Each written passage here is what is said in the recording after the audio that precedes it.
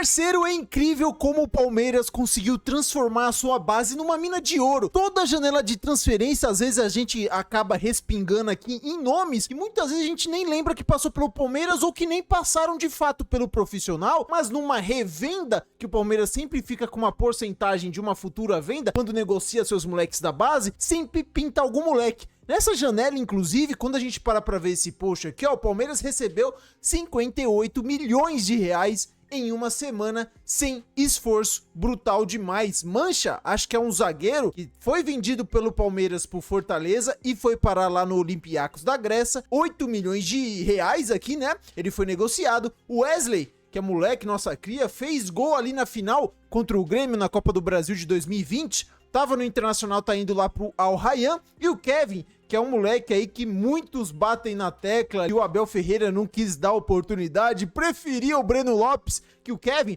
se destacou muito lá no Shakhtar Donetsk e tá chegando agora na Premier League. 3 moleques da base, um que, pô, vou ser sincero, nem conhecia aqui o Mancha, que tá indo lá pro futebol grego. A grande questão é como isso tá sendo vantajoso. Palmeiras vende, nem sempre. Eu acho que o Kevin, se ficasse aqui no Palmeiras, ele poderia ser vendido por uma bagatela muito maior. Mas ele dando certo lá na Europa, rendeu 30 milhões só do Palmeiras ter 10% de uma futura venda dele. Esses valores desses 3 jogadores aqui, surpreenda-se, rapaziada, ele paga um dos grandes reforços que o Palmeiras tá tendo agora em 2025.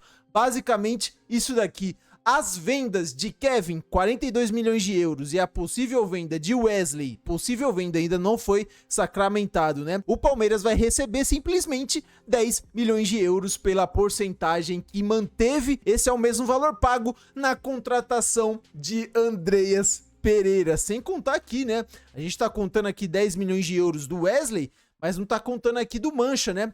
O moleque lá que tava no Fortaleza tá indo pro futebol grego. Pô, isso daqui é sinistro. Além de muitas vezes você conseguir ter um moleque da base que vai ter aquele acréscimo técnico, por mais que seja por pouco tempo. A gente vê aí, Estevão fica 2 anos, Endrick fica 2 anos, a gente teve um Vanderlan que ficou bastante tempo aí, também já foi negociado ali com o Red Bull Bragantino. Mano, além de às vezes dar um acréscimo técnico no elenco principal, ainda dá pra lucrar depois que você vende. Sinistro como é absurda o momento da base do Palmeiras. O Andreas, inclusive, que já tá aqui, ó. Palmeiras já apostando, o nosso reforço já está trabalhando com o núcleo de saúde e performance. As primeiras fotos aqui de Andreas Pereira lá na academia do futebol. Pô, eu achei essa parada aqui, rapaziada, extremamente sinistra. É uma gestão realmente muito diferente do que acontece em outros clubes aqui do Brasil. O Rodrigo Fragoso, ele até detalhou um pouco melhor aqui no perfil da TNT. Andreas Pereira pode chegar de graça ao Palmeiras. O Palmeiras pode faturar muito dinheiro nessa reta final da janela de transferência, com percentual de venda de jogadores da base, e esses valores ultrapassam o que o Verdão já investiu. E Andreas Pereira, cara, isso daqui é muito foda. Você sabia que o Palmeiras pode pagar Andreas Pereira sem colocar a mão no bolso? Claro que essa frase é uma brincadeira, que tem um fundinho de verdade, sabia? Isso porque nessa reta final de janela de transferências, o Palmeiras pode faturar muita grana com a venda de jogadores que estão em outros clubes, mas passaram pelas suas categorias de base. O primeiro exemplo é o zagueiro Gustavo Mancha, que o Fortaleza vendeu ao Olympiacos agora por 4 milhões e meio de euros. O Palmeiras detém 30% dos direitos econômicos do jogador e vai receber por isso 1.350.000 euros, além de uma graninha pelo mecanismo de solidariedade, que fica ali entre 2% e 3% do valor da operação total. Outro exemplo é o atacante Gabriel Silva, que está no Santa Clara de Portugal, mas pode partir para o Braga por 5 milhões de euros. O Palmeiras detém 50% dos direitos do jogador. Com isso, se a negociação se concretizar, leva 2 milhões e meio de euros para casa, além do valor. Então a gente vai vendo que tem outros nomes já envolvidos. Esse Gabriel Silva, eu lembro, esse daqui chegou já a fazer alguns jogos no profissional, mas não teve lá tantas oportunidades. Envolvendo o mecanismo de solidariedade. Outro jogador que pode render uma bolada ao Palmeiras é o atacante Kevin, que está no Shakhtar Donetsk. Os ucranianos pagaram 12 milhões de euros pelo jogador e agora podem vender ao Fulham por cerca de 42 milhões de euros. O Palmeiras tem direito a 10% do lucro em cima do que o Shakhtar pagou ao Palmeiras pelo atleta. Portanto, 10% de 30 milhões de euros, 3 milhões de euros, além, é claro, do mecanismo de solidariedade. Por fim, o atacante Wesley pode ser vendido ao Al Rayyan pelo Internacional por cerca de 10 milhões de euros. O Palmeiras detém 50% do valor do jogador e receberia aí 5 milhões de euros pelo negócio, além do mecanismo de solidariedade mais uma vez. Caso todos esses negócios se concretizem nessa reta final de janela de transferências, o Palmeiras deve lucrar algo entre 12 e 13 milhões de euros apenas com recebíveis em percentuais de vendas de jogadores formados nas suas categorias de base. Um valor superior àquele que o Palmeiras investiu nessa reta final de janela de transferências para contratar Andreas Pereira. Meu parceiro ainda sai no lucro, que loucura, né? Que nem o meu parceiro aqui tá falando, Alan. Como disse João Paulo Sampaio, essa é a poupança do Palmeiras. Até jogadores que não apareceu, mas aqui atrás deu pra ver, ó. O John tá se destacando muito ali no Red Bull Bragantino. Eu acho que eu tinha visto que o Zenit já tinha mandado olheiros pra ver ali como é que tá o desempenho dele, como é que é o futebol dele. Tá se destacando lá, já tá chamando aqui a atenção do pessoal lá da Rússia. E o legal disso daí do Andreas, rapaziada, é que pra muito, esses 10 milhões de euros pagos pelo Andreas, é que pra muita gente, como disse aqui o VSR, 10 milhões de euros pelo Andreas é um baita de um negócio. Foi um valor que o Palmeiras conseguiu, sabe, achado, porque no começo do ano o Palmeiras queria pagar 20, acabou pagando 10, e esses 10 podem ser ali sanados por revendas de jogadores que o Palmeiras já negociou. Vamos ver aqui, ó, o que o VSR falou. E aí você contratar um jogador do calibre do Andreas Pereira por 10 milhões de euros é um excelente negócio.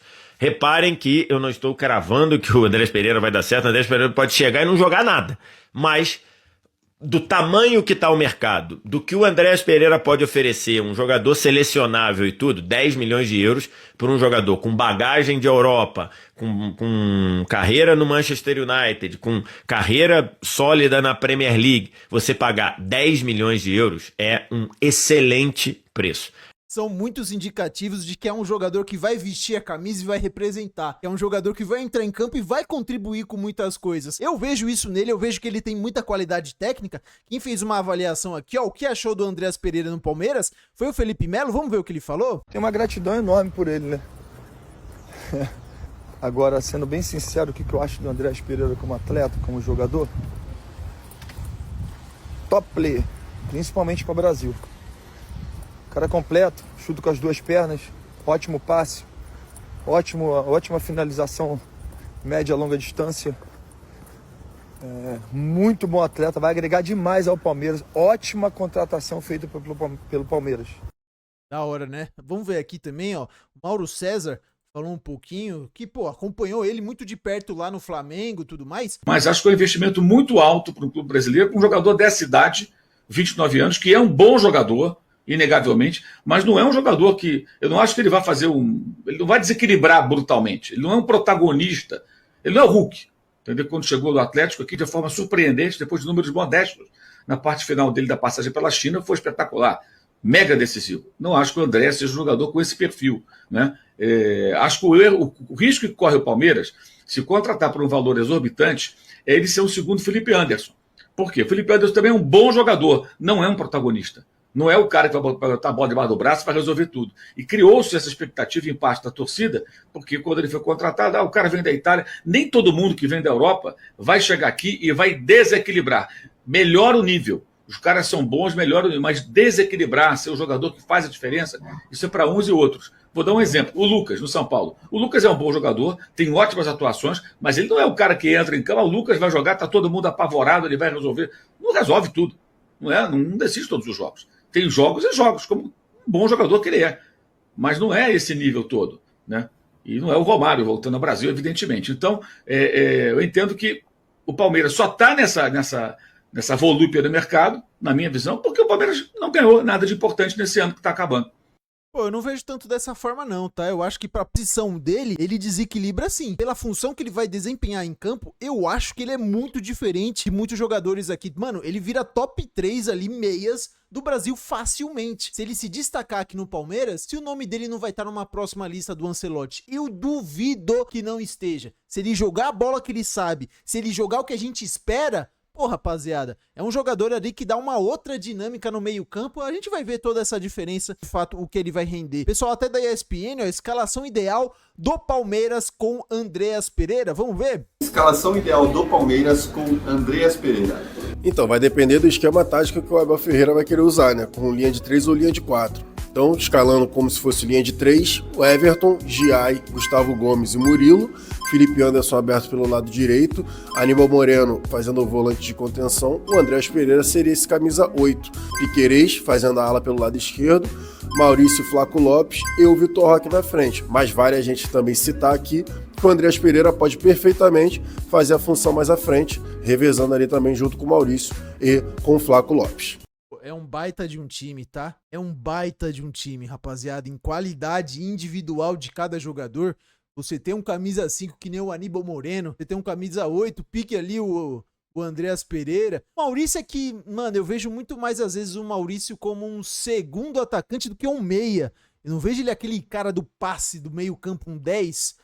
Acho que é muito parecido com o Andreas, até pra falar a verdade. Ele tem um bom arremate de fora da área, tudo mais. E a duplinha ali de ataque, Flaco Lopes e Vitor Roque. De nome, tamo bem, né, rapaziada? Sabemos ali que no conjunto o Palmeiras pode render mais, o trabalho do Abel Ferreira pode extrair muito mais desse time, mas, cara, vou falar pra vocês, estou muito ansioso pra ver o que o Andreas Pereira vai conseguir desempenhar. Muitos já falam que ele pode estrear já no próximo jogo, depois dessa data FIFA, contra o Internacional, aqui no Allianz Parque. Deixa aqui nos comentários, rapaziada. Vai ser um diferencial? É um cara que chega aqui no futebol brasileiro e a gente fala, mano, esse cara é desequilibrante? Eu, por exemplo, mano, não vejo ele devendo nada em um Gerson, que todo mundo aqui no Flamengo, que jogava aqui no Flamengo, que no futebol brasileiro, todo mundo falava que era craque. Pra mim ali, ó, é mesmo nível e ele desempenhou na Europa a um nível que o Gerson nunca conseguiu. E o Gerson conseguiu até a seleção brasileira. A gente não sabe agora com ele lá indo pra Rússia, por Zenit, não sabemos se ele vai continuar ou se vai estar na Copa do Mundo. Acho que o Andreas aqui jogando bem no Palmeiras tem grandes chances de estar lá no grupo. Deixe aqui nos comentários a opinião de vocês sobre tudo isso, assim que der vou estar respondendo, vou estar deixando aquele like. Espero que vocês tenham gostado do vídeo, se gostaram deixa o like e se inscreva no canal que sempre vai me ajudar muito. Valeu e até o próximo vídeo.